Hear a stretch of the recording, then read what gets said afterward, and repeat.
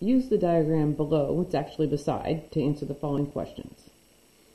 Name a line that contains point B 3 different ways.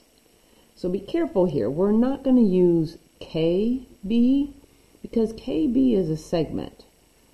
But what we can say is we can say line Q because B is on this line. And then we can use our other options here. We can say AB with our arrow above it is one way. We could say BC, and we could even say BD if we wanted to. And there's some other combinations, but since it says that contains point B, I usually personally like to have B written in there with the exception of the line Q. So we're going to do the same thing, name a line that contains point Y 3 different ways.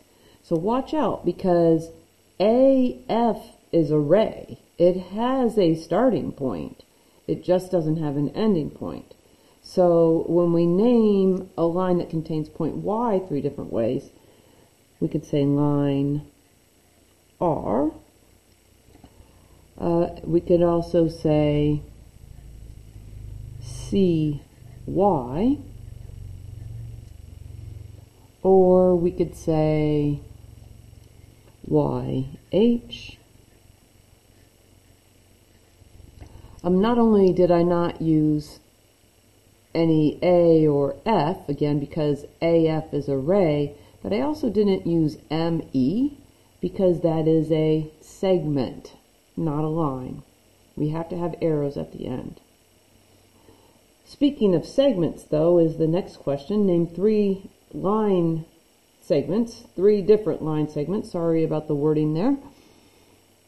But we're going to name 3 different line segments. So let's start with what we were just looking at. We were looking at ME as a line segment. It has a starting point and it has an ending point. We could also use KB. There is a line segment. And then we can take a part of a line and use that. So there's a lot of choices in here as I glance back over here just to look. But what if we just say something like CY? And again, just a reminder, the symbol on top is really important. So that means that we're just looking at this portion from here to here. Not your only answers.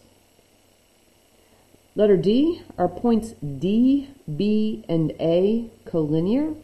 Well, here's D, here's B, here's A. Yes, they are all on line Q. Are points C, B, and K? C, B, and K collinear? No. C and B are collinear, but K is not.